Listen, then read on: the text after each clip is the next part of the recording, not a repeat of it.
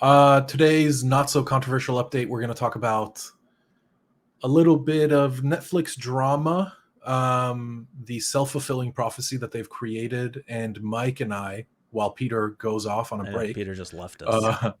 Oh shit! I totally fucked it up. Wait, stop Oh my recording. God. I did. I defaulted to the old. It's the old what? We're going to talk about. That's fine. But If you didn't swear like that, we could have just kept going. no, it's fine. It's fine. I'll redo All it. right, I'll start redo over. Now that I don't have to edit that anymore, I guess I'm fine with it. On today's not so controversial update, We all Peter agree on takes a everything. break. We definitely agree on everything. Actually, that's a surprise. First time ever. Mike and I argued, and then, or did we even argue? We just discussed Netflix's current state, and some good show recommendations towards the end. Yeah. For Peter to come back from his short coffee break. It's all about Netflix. It is, and how they've ruined everything for everybody. But definitely really watch to the end to hear the TV recommendations, then come share yours with us. Yeah, some good shows. All right, should we do it? Let's do it. Let's do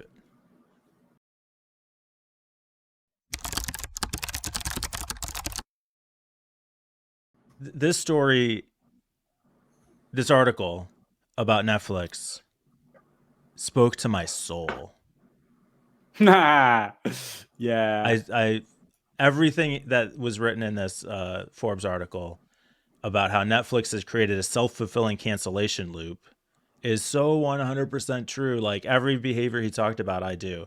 And also I learned from this article that Warrior Nun was canceled, which is devastating. Oh yeah, me too. What? I know. Yeah. Oh, see, there you go, John. Yeah. So the problem is Netflix has created an expectation now that if you're not Stranger Thinging this show, out the door, not worth it. And it mentions that, or an unlikely runaway success like Wednesday. Right, exactly. So, and I think that by that I mean I don't think that Stranger Things originally was supposed to be a success. They just again threw it against the fucking window. Whatever sticks. That's their method. And it's so dangerous because now we're talking about what makes us the most money. If it doesn't make enough of this arbitrary line that we've created, whatever that is, out the door, out. And what it does is now it's contagious and spreading to other studios where if it's not successful, cancel, don't give it a chance. It's Breaking Bad, The Sopranos, Game of Thrones, these shows weren't hits at season 3. They weren't hits at fucking season 4. It took season 5 for the whole world to fall in love. No one knew what Breaking Bad was season 1. No one had heard of it. It took me 6 seasons to even get into it. The Sopranos, it took so long for it to become a worldwide phenomenon. And Game of Thrones, same thing. So many people, including myself that I've talked to, said, oh, I can't get into Game of Thrones. And I was one of those people until I became the person who was like, dude, it took me 4 tries. Sit through Game of Thrones. You'll love it. And eventually the success. Yeah, we're good. Keep going. He'll come back. Okay. The success of these shows was apparent. So everyone started loving them and everyone started watching them. And Netflix doesn't give that a chance. They don't care. That's true for like renewals. I do. So I think it's reasonable to say, my understanding of their expectation is, and this came out, what was that chess show? I know I just started like 3 or 4 different sentences. What was that chess show? Queen's Gambit, right. There were a bunch of articles that came out around that time that talked about how Netflix expectation is that in the first season, they get a flood of new traffic and a huge amount of consumption. But then their expectation for the second season is that same amount of new traffic, and almost no show can meet that. So if you're saying like a show's got you've got your first 10 episodes, if you nail it, you'll get renewed. If you don't, sorry, sucks to be you. Totally reasonable. But once you've got a show running, to kill it because it's not going to exponentially grow your service feels pretty unreasonable and sucks to be us because you never get follow-up season, which is the point of this article. You never get follow-up seasons of shows that are great shows that did super well just because they can't double it and double it and double it again for every season. And what he's saying about the self-fulfilling prophecy, and I do this now. If a new show comes out on Netflix, I add it to my list, but I don't feel any rush to watch it because they're just going to cancel it next season anyway. Everything just becomes like, I know I'm only going to get one season of it, so I might as well just let it sit and watch it whenever. Yeah. Peter, are you with us? I think he's connecting in and out. We'll just keep going without him. So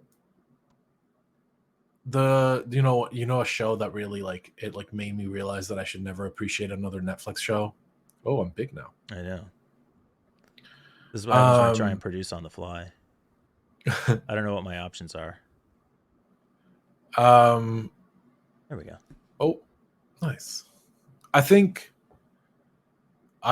that Altered Carbon was one of the best shows Netflix came out with. Example. I think it lasted 2 seasons. This was a beautiful show. Yeah, absolutely. And really tackled some interesting, you really after you finished an episode, you sat there and thought about what just happened and you couldn't wait to start up another one. They do this to you. They pull you in, they rope you in, they make you fall in love with these characters, and then they just kill them. And the whole concept, and very rarely does Netflix let go of intellectual property. So it's not like a different studio is going to pick it up and buy the rights. That super rarely happens. Usually it's Netflix that pulls that kind of card. Self-fulfilling prophecy, 100%. You're sitting there, you're not going to watch it. So you yourself, you're lowering the viewer rate. And then the show gets canceled. Yeah. And then the loop continues. Yeah. And it's they painted themselves into this corner. They were pioneers when they came out with this whole binge watching model. They just released all the episodes at once. Everybody loved it. They flocked to the service.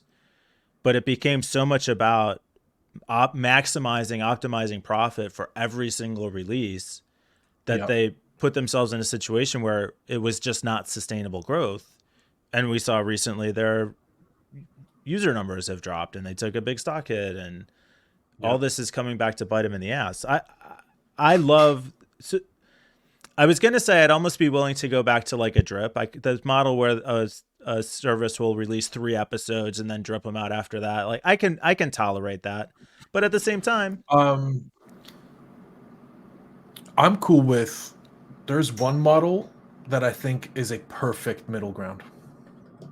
Because, sorry, I didn't mean to cut you off there, but there's 2 problems, right? One is the one side of it is you dump a whole season, okay? So you have a weekend of people loving your show. Yeah. And then it gradually, like Wednesday, it gradually goes away. And really, I feel like the only reason Wednesday stayed around and is more, I guess, current, longer than other shows is because of the Wednesday dance. Oh, yeah. That's a good point. So Wednesday is now you have a good show. That was a good show. An amazing show. I was blown away. Really well done. Jenna Ortega killed it as Wednesday. So that's one scenario, is that you get this crazy spike in viewership and everyone's buzzing about the show and everyone's pushing each other to watch this show. They make a bunch of money and then boom, it dies for a year. And versus the 3 episodes or 2 episodes and then they drip them out weekly, we get very frustrated because I don't want to wait a whole week. I don't got the attention span anymore. I'm not 20 years younger. I can't do that. It's a new world. I've tasted gold. Yeah. So the middle ground, wait. The middle ground is what the TV show Arcane, such a good show. It's based on League of Legends characters, the video games. They did 3, 3, and 3. 3 episodes, 3 episodes, 3 episodes. I could see that. I'm just and looking the cool back thing through about my 3 episodes recommendation history. Sure. The 3 episodes, 3 episodes, when you split into 3s like that, or however many, when you do batch drops, you get a fill, of like 2 to 3 episodes. That's a lot of TV shows. Most people will just go to bed, you know, unless you're a serial binger and you can sit through a whole season. Not a lot of people can do that.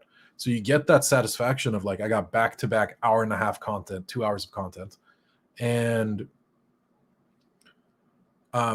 they get to talk and stay current for a longer period of time.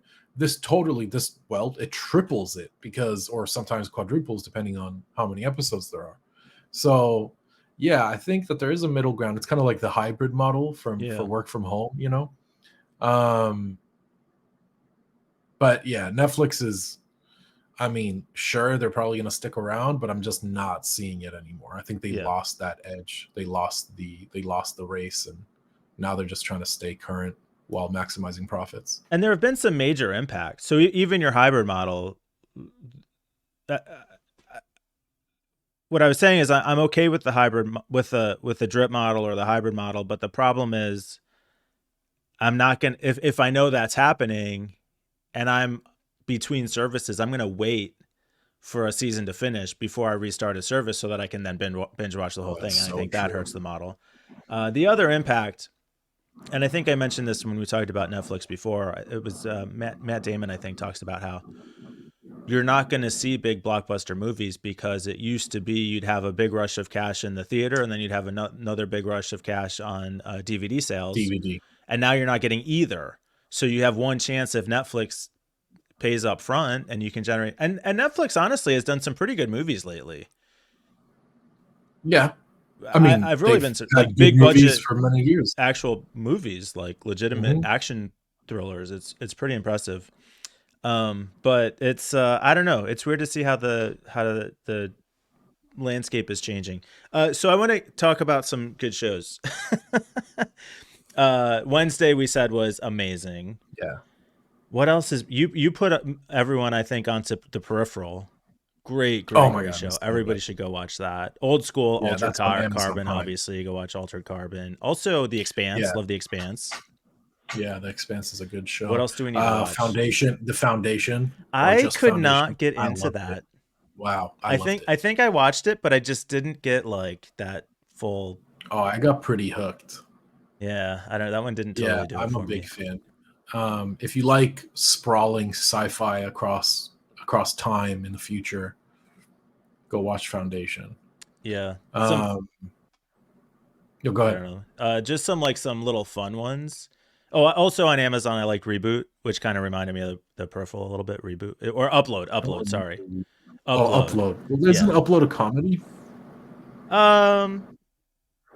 Yeah, I guess it reminded me of it just in the sense that you're like transporting your consciousness to another place. Very different. Yeah, very different kind of show, but from like a sci-fi standpoint, I guess it kind of resonated. There is a show called Reboot that's funny. It's about I think that's maybe on it might be on Amazon Prime or maybe even Hulu, I don't know. But it's basically a 90s sitcom family pulled back to do a reboot of their show. Modern day. And it's about how like it was all these fucked up child actors who were totally dysfunctional, and now they're adults on the same set. It's pretty funny. And then the other one that I like on Netflix that I just finished was 2 seasons of Inside Job. Did you watch that? I didn't see that. It's funny. I like it a lot. So a big fan. One show that I cannot stop recommending is Love, Death, and Robots on Netflix. Yep. Good. It is so good. It's like it's one shot TV episodes, so each story is different. They do come back to a couple, but it's just so good. Love, Death, and Robots is fantastic. Peter, top TV recommendations. Oh God, I don't know. What, forever? For right now, what should no, just like recent. Right, we're just talking about like recent sci-fi tech shows. The thing that I loved recently was Arcane. I told you. John mentioned that. Yeah, animated series of League of Legends, so the origin story of a couple of the characters and some other things. The artwork is sublime. It's just incredible. It's just such a good show.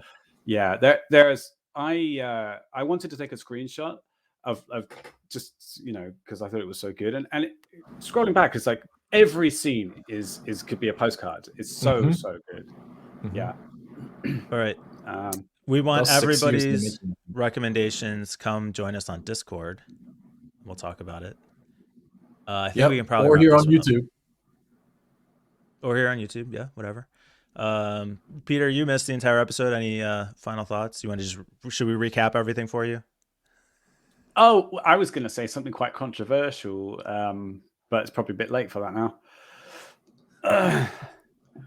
I was going to say that that we should stop expecting another season of a show.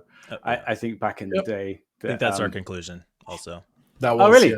Yeah. We should have just started with that. Saved ourselves 15 minutes. Right. So, I just had a quick break, and I was like, I already figured it out. I just went off. Yeah. I know. For coffee. I knew you'd get there. I trusted you guys.